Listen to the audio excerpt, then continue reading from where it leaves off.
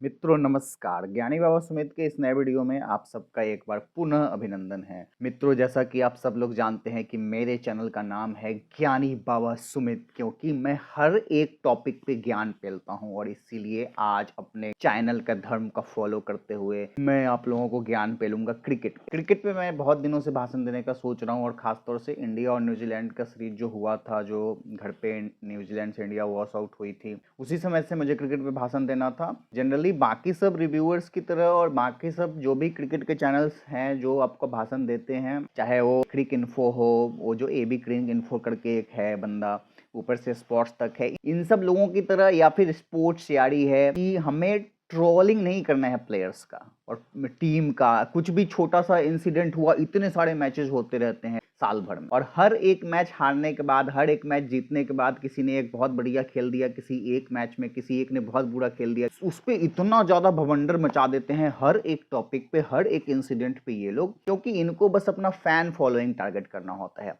Sports यारी वाला क्या करता है कि चलो यार, रोहित शर्मा को दिन भर गड़ियाते रहो तो विराट कोहली का जो फैन फॉलोइंग है वो प्रसन्न रहेगा। एक तरफ के लोगों को टारगेट करना इन लोगों का हिस्सा है। कोई एक को अपना पकड़ के रखता है, किसी को विराट कोहली को बहुत ज्यादा गड़ियाना है, किसी को रोहित शर्मा को बहुत ज्यादा गड़ियाना है, और अभी इन लोगों को नया टॉपिक मिल गया है जब से गंभीर कोच बना है कि गंभीर को पूरा गड़ियाते रहो। एक का शिकायत करोगे, दूसरी तरफ के फैन जो उसको पसंद नहीं करते हैं वो उसकी बातों को सुनेंगे। तो हम लोग यहाँ पे इस तरह की कोई स्टूपिड फालतू बकवास ट्रोलिंग नहीं करेंगे। जिनको क्रिकेट का थोड़ा सा भी ज्ञान नहीं होता है, जिनको क्रिकेट का सी भी नहीं पता होता है अभी के टाइम में, सी से चूतिए, जो क्रिकेट के चूतिए हैं, वो लोग भी बैठ के आपको भाषण देते रहेंगे, दिन भर ज्ञान फैलते रहेंगे जैसे कि उनको बहुत बड़ा ज्ञान है क्रिकेट का, घंटा ना कुछ ज्ञान है। ये जो साला एबी क्रिक इन्फो वाला है, दिन भर बैठ के बस फालतू बातें करता रहे, किसी किसी को कुछ कुछ बोलते रहते हैं, और इसका चरण इतना ग्रो कर गया है। मुझे बहुत दुख होता है इस बात को देख के कि अब भी इस जनरेशन के जो क्रिकेट प्रशंसक हैं, इस जनरेशन के जो क्रिकेट फैन हैं, ये कैसे,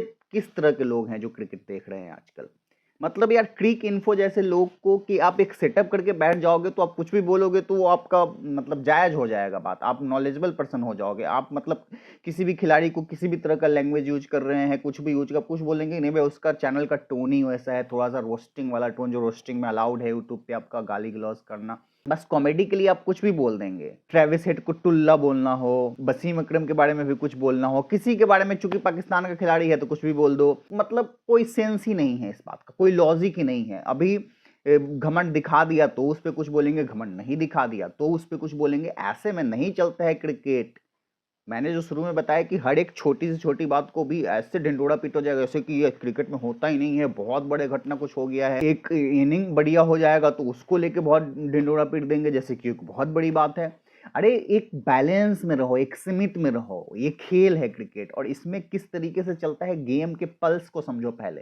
अभी के रिव्यूअर्स सबकी बातें सुन के मुझे मेरे गांव का एक आदमी याद आ जाता है कि जब कोई भी एक प्लेयर आउट हो जाता था या खराब शॉट खेलता था या डिफेंस कर देता था, कौन इसको टीम में रख लिया है, एकदम घोंचू प्लेयर है, पता नहीं कहां से उठा के लाया, और वही सेम प्लेयर अगले बॉल पे अगर चौका मार देता था तो बोले वाह, देखा मैंने बोला था ना, ये बहुत बड़ा स्टार प्लेयर है, फ्यूचर में स्टार बनेगा।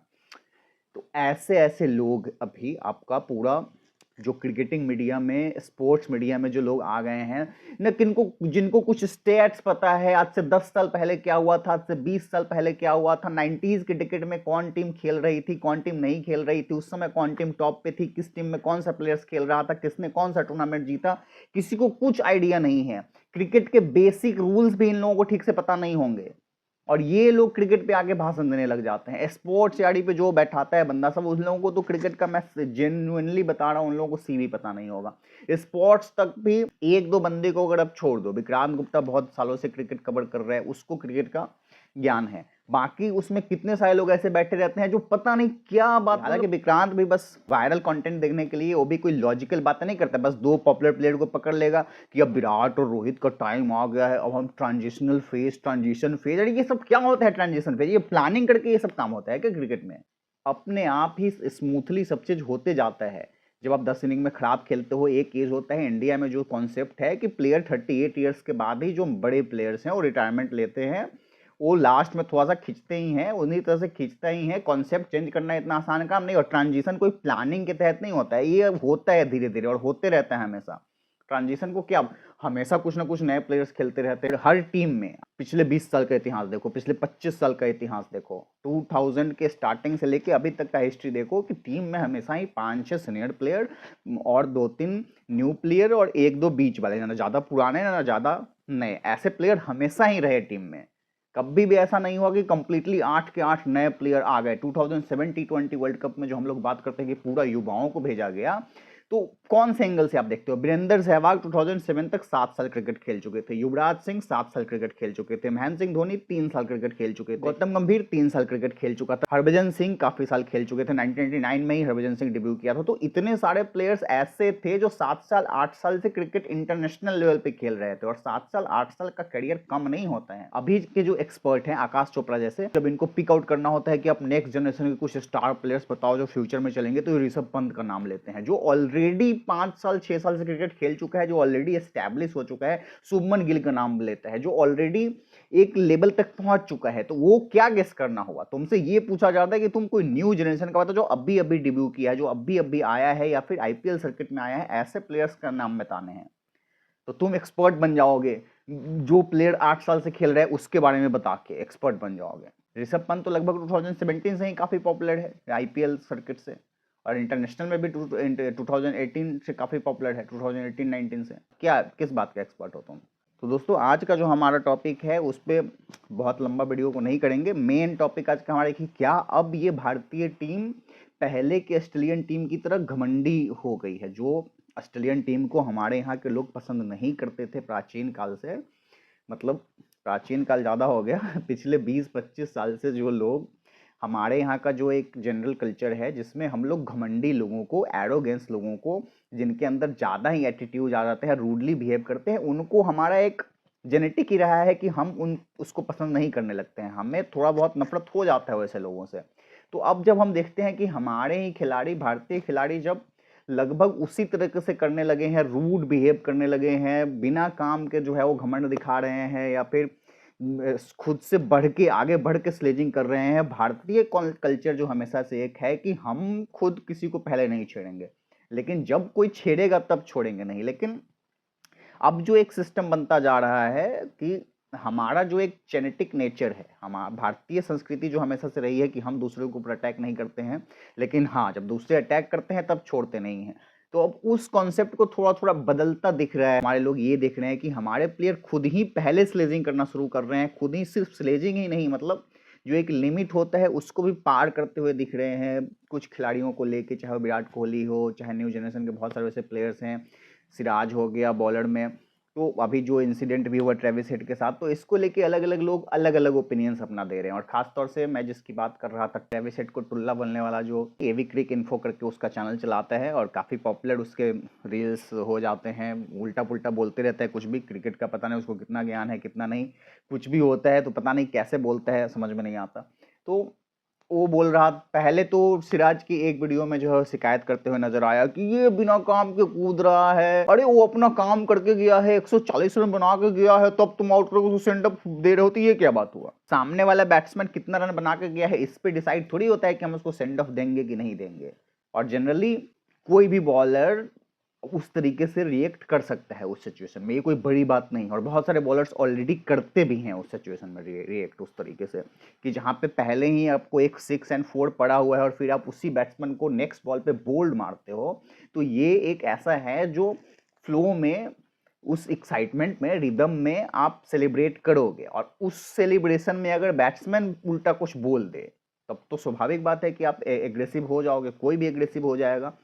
और जनरली क्या होता है कि बैट्समैन जब आउट होता है तो आउट होके जाता है, वो भले ही बॉलर किसी भी तरह से रिएक्ट कर रहा हो, फील्डिंग टीम किसी भी तरह से रिएक्ट कर रही हो, चढ़ भी रही हो, थोड़ा अब्यूजिंग भी कर रहे हो, विराट कोहली जैसे कि कैच लेने के बाद पूरा बैट्समैन पे चढ़ के ऐसे गाली देने लगता है, तो भी बैट्समैन चुपचाप जाता है सीधे, वो नहीं घूम के मुड़ता है और नहीं देखता है इन लोगों को। मतलब 90% टाइम अगर देखता भी है तो स्क्रीन पे जाके बाउंड्री के पास जाके देखता है। बट इस केस में क्या हुआ था कि ट्रेविस हेड मतलब उसी समय क्रीज के पास ही वो इसके ऊपर घूर के कुछ बोलने लगा। तो चूंकि ऑस्ट्रेलियन है और ऑस्ट्रेलियन लोग ऐसा करते ही हैं, तो ये भी रिएक्ट किया ऑब्वियसली, क्योंकि ये पहले से ही आप फ्रस्ट्रेशन में थे और ऊपर से उसको आउट किए, तो ऑब्वियसली आप उस तरह से दिखाओगे। और सबसे बड़ी बात यह है कि ये सब चीज़ें सोच समझ के प्लानिंग के तहत एक मीटिंग के बाद नहीं होती है कि हमें वहाँ पे कैसे रिएक्ट करेंगे, अभी वो ऐसे बोल दिया तो मैं कैसे रिएक्ट करूँगा, वो नहीं होता है। फ्लो में होता है, गेम हो रहा है at heat of the moment में हम रहते हैं, हम उस मोमेंट में चल रहे होते हैं। वहाँ पे कोई सोच समझ और प्लानिंग के तहत नहीं होता है कि मुझे कैसे रिएक्ट करना है, वो बोल रहा है तो मैं उसको क्या बोलूँ, गाली दूँ कि नहीं दूँ, सेंड ऑफ दूँ कि नहीं दूँ, 140 रन बना के गया है, वो अपना काम करके गया है। इतना कौन सोचता है उस टाइम में? जिसको क्रिकेट का कोई नॉलेज नहीं होगा, जिसको पता नहीं होगा कि ये गेम है और इस गेम में कैसे होता है, वो वही इस सब तरह की बातें करेंगे। तो जो मेन प्रश्न ये है कि क्या अब भारतीय खिलाड़ी भी ऑस्ट्रेलियन प्लेयर्स जो 2000 के डिकेड में थे, जो खुद से बहुत ज़्यादा ग्राउंड के ऊपर एक तरीके से लोगों को बदतमीजी का लेवल लगने लगता था कि, और रूड लेवल पर लगने लगता था, वो लोग किसी भी हद तक चले जाते थे और स्लेजिंग में तो उनका कुछ जोर था ही नहीं। हर एक प्लेयर को भड़काना हो, जाके कुछ बोलना हो, गाली गलौज करना हो, चाहे वो मंकी गेट इंसिडेंट हो, हरभजन सिंह के साथ बहुत सारे रेसिज्म के इंसिडेंट्स भी हुए थे, और सिराज का ही लास्ट ईयर जब ऑस्ट्रेलिया गया था, लास्ट टाइम सॉरी, तो उस टाइम में भी उसका रेसिज्म को लेके हुआ था। तो उसका एक हिस्ट्री बन गया है वहाँ पे जाके। तो क्या इन सब चीज़ों को लेके हम बोल सकते हैं कि अब पहले जो ऑस्ट्रेलियन टीम जैसे कर रही थी, क्या उस तरीके से अब भारतीय प्लेयर्स कर रहे हैं? तो देखो, ये एक ऐसा प्रश्न है कि जो जनरेशनल चेंजेस आते हैं उसके अंडर फॉल करेगा कि ये सच है कि समय के साथ जो एटीट्यूड है वो बदलता गया है। आप देखो कि 1970s के डिकेड तक इंडियन प्लेयर्स बहुत ही मॉडरेट हुआ करते थे, शाई हुआ करते थे। उस समय का जो पूरा कॉन्सेप्ट था, कल्चर था, वो बहुत अलग था। सुनील गावस्कर जब आए तो भारतीय प्लेयर्स भी आंख से आंख मिलाना सीखे। इन लोगों ने भी फिर स्लेजिंग को बहुत ज़्यादा दब के झेलना नहीं शुरू किया। फिर सचिन तेंदुलकर जब आए तो फिर स्लेजिंग का जवाब स्लेजिंग में देना शुरू हुआ, क्योंकि अब हम लोग उन लोगों के लेवल पे आ गए थे। वेस्ट इंडीज़ के तेज बॉलरों का हम सामना कर सकते थे, सिर्फ सामना ही नहीं कर सकते थे, उनको पीट भी सकते थे। ऑस्ट्रेलिया के, साउथ अफ्रीका के जो घातक बॉलर्स हुआ करते थे, उन लोगों को जवाब देने के लिए हमारे पास अब बैट्समैन हुए। तो फिर भी ये लोग ऐसे थे जो मुंह से जवाब नहीं देते थे। जैसे मान के चलो, राहुल द्रविड़ भारतीय टीम में, भारत का जो एक जनरल कल्चर है वही भारत के प्लेयर्स में भी आएगा ना, कि भारत के प्लेयर्स में हमेशा से एक है, जो भारत का कल्चर है हमेशा से मुंह से बोल के एग्रेशन नहीं दिखाना है। कि आप जो करोगे ना, आपका बैट, कि आपने कोई तेज बॉलिंग कर रहा है, बहुत तेजी से बॉल किया 160 की स्पीड से, और आपने वहीं पर उसको डिफेंस किया, रोका, और फिर आप बस कूल होके अब इधर देखोगे, वो जो आपका सामने नहीं देख के भी जो एक सिचुएशन क्रिएट करना है कि हम देख रहे हैं इधर, बट उसको इतना ठेस लगेगा कि मैंने जो उसको इग्नोर किया। अब अपने काम को इतने बेहतर ढंग से करते थे, आपका शॉट इतना जबरदस्त तरीके से खेलते थे, आप डिफेंस भी करते थे, कि उसका वही जवाब हो जाता था जो भी स्लेजिंग दे रहा है। चाहे और तेंदुलकर बाउंड्री, जैसे तेंदुलकर को कोई स्लेजिंग करता था तो वो उसी टाइम नहीं, बाद में चल के कभी आगे हट के 2 कदम आगे निकल के शॉट खेलता था उधर कबर के ऊपर से और पीछे हट के। फिर चाहे वो हेनरी लंगा को उसने उस तरह से जवाब दिया था, या ग्लेन मैकग्राथ को एक बार स्विंगिंग कंडीशन में आगे निकल निकल के हिट किया था उन्होंने। तो उनके बैटिंग में वो दिखता था रिप्लाई, कि तुम जो मुंह से मुझे स्लेजिंग करोगे वो मैं बैट से तुमको बताऊंगा। ये उस समय तक था कि, और पेपर का हेडलाइन भी आता था कि तेंदुलकर ने बल्ले से जवाब दिया अपने आलोचकों को। उसके बाद जैसे जैसे जनरेशन आपका आगे चेंज हुआ, कि भारतीय खिलाड़ी बल्ले से भी जवाब देते गए, अपने खेल से भी जवाब देते गए, और मुंह से भी धीरे धीरे उन्होंने सीखना शुरू किया। बट जब विराट कोहली का टाइम आया, तो इस टाइम में आपका क्या हो गया कि अब हम लोग पहले स्लेजिंग करना शुरू कर दी, अब हम लोग पहले अटैक करना शुरू कर, अब हम लोग पहले एग्रेशन दिखाते हैं, और फिर अब वो लोग जवाब देते हैं। तो जो इंडियन दर्शक हमेशा से जो एक छवि हमारी बनी हुई थी कि हमारे प्लेयर्स जेंटलमैन हैं, और हाँ अगर हमें कोई छेड़ेगा तब हम नहीं छोड़ेंगे, तब हमारे दर्शक भी उनको सपोर्ट करते थे। बट अभी के समय में क्या है कि चूंकि इंडियन प्लेयर अब ज़रूरत से ज़्यादा एग्रेशन दिखा रहे हैं, और पहले ही दिखा रहे हैं सामने वाले के दिखाने से पहले, तो इसके लिए ज़रूरत से ज़्यादा, खैर मेरे ओपिनियन में नहीं बोल रहा हूँ मैं, लोगों का जो एक जनरल ओपिनियन है उसके अनुसार, तो उनको लगता है कि नहीं भाई ये तो मतलब ये गलत कर रहा है। तो अभी इंडियन प्लेयर्स, इंडियन लोग ही इंडियन प्लेयर्स को, बहुत ज़्यादा ऐसे लोग हैं जो सपोर्ट नहीं कर रहे हैं इसी वजह से। तो इन सब पे मेरा क्या ओपिनियन है? देखो, सच्चाई ये है कि थोड़ा सा तो मॉडरेट होना पड़ेगा। मुझे ऐसा लग रहा है कि इस बात में कोई दो राय नहीं है कि जिस समय ऑस्ट्रेलियन टीम भी बहुत ज़्यादा स्लेजिंग करती थी, उस समय एक ऐसा दौर आया था कि धीरे धीरे उन लोगों ने अपने स्वभाव को, अपने बिहेवियर को टोन डाउन करना शुरू किया था।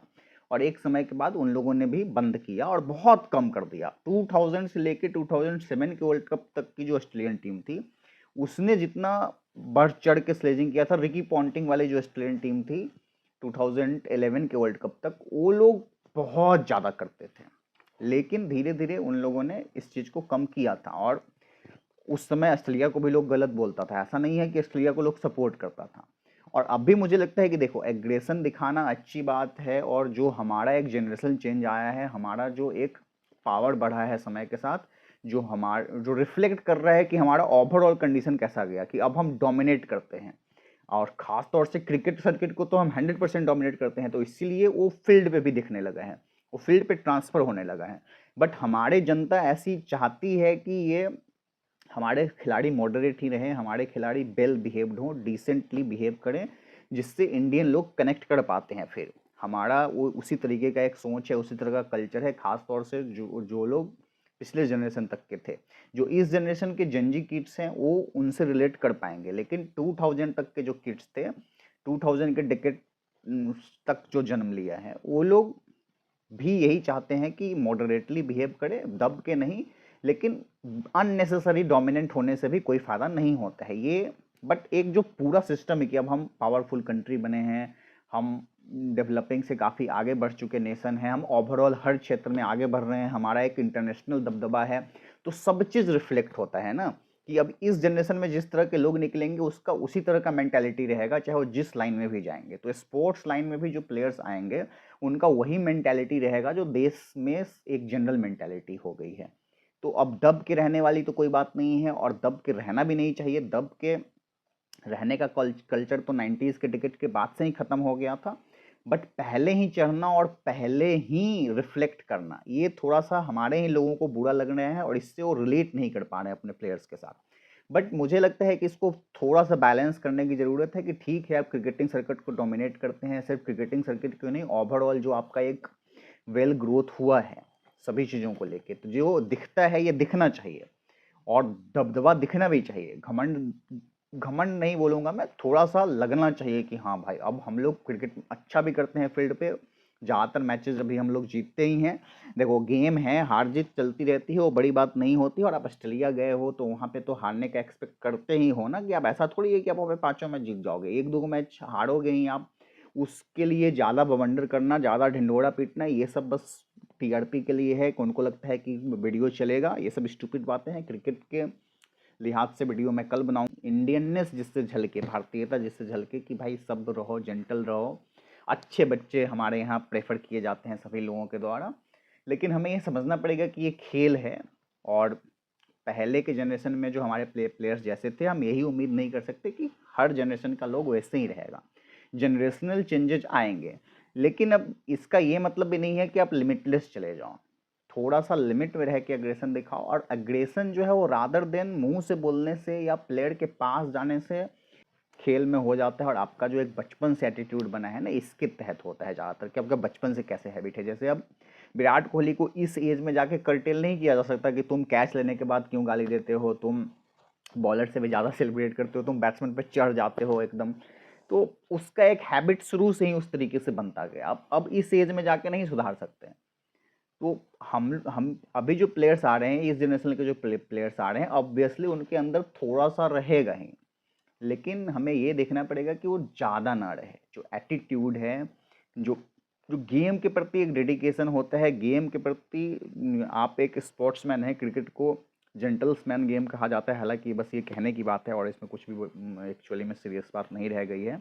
गेम को गेम की तरह देखते हुए मुझे ऐसा लग रहा है कि थोड़ा सा काम डाउन होके ही करना चाहिए। और ख़ास तौर से आप नज़रें दिखाओ, आप बोलने से ज़्यादा है कि आप अपना जो एटीट्यूड है, वो मीननेस जो एक होता है ना, कि हम तुम्हारे ऊपर बिना देखे भी जो तुम्हारे अंदर एक खौफ पैदा कर रहे हैं अपने काम से, अपने बॉल से, अपने डिफेंस से, अपने स्ट्रोक से, ये चीज़ दिखाने की ज़रा ज़्यादा ज़रूरत है। तो वो एक एटीट्यूड जनरेशनल चेंजेस की वजह से हुआ है। तो इसको लेके हमें बहुत ज़्यादा टीआरपी के लिए अगर आप हाइप करोगे इशू को, तो इशू जो है वो बढ़ता जाएगा, फिर एक अलग रूप ले लेगा। इसीलिए लोगों को भी समझने की ज़रूरत है कि खेल है, खेल की तरह देखें, और खेल में इतना चलता है, ग्राउंड पे इतना होता है। वो जो फेमस कहावत है कि this is the part and parcel of the game. और सोशल मीडिया के टाइम पे जो हर चीज़ का पोस्टमार्टम बहुत ही ज़्यादा होने लगता है, हर एक छोटे मोटे चीज़ों का भी इतना ज़्यादा पोस्टमार्टम होता है। हमें इस चीज़ को बंद करने की ज़रूरत है। दोस्तों, इस टॉपिक पे आप क्या सोचते हैं हमें कमेंट बॉक्स में अवश्य बताएं। और एक पुष्पा 2 मूवी का रिव्यू करने वाला हूँ मैं कल, क्योंकि ज्ञानी बाबा हर टॉपिक पे ज्ञान देते हैं, तो मूवी का भी रिव्यू करेंगे।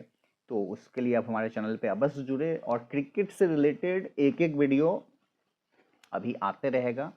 ओवरऑल क्रिकेट की ही बात करूंगा कल मैं अपने एक वीडियो में। इंडिया ऑस्ट्रेलिया की जो सीरीज चल रही है उसको लेके, ओवरऑल जो टेस्ट का सिनेरियो अभी चल रहा है वर्ल्ड टेस्ट चैंपियनशिप को लेके, साउथ अफ्रीका श्रीलंका की भी सीरीज चल रही है, इंग्लैंड न्यूजीलैंड की भी सीरीज चल रही है, बांग्लादेश वेस्ट इंडीज़ का भी सीरीज चल रहा है। तो उन सब को भी हम लोग कवर अप करेंगे, देखेंगे, डिस्कस करेंगे। क्रिकेट का ओवरऑल डिस्कशन हमारे इस चैनल पे होगा।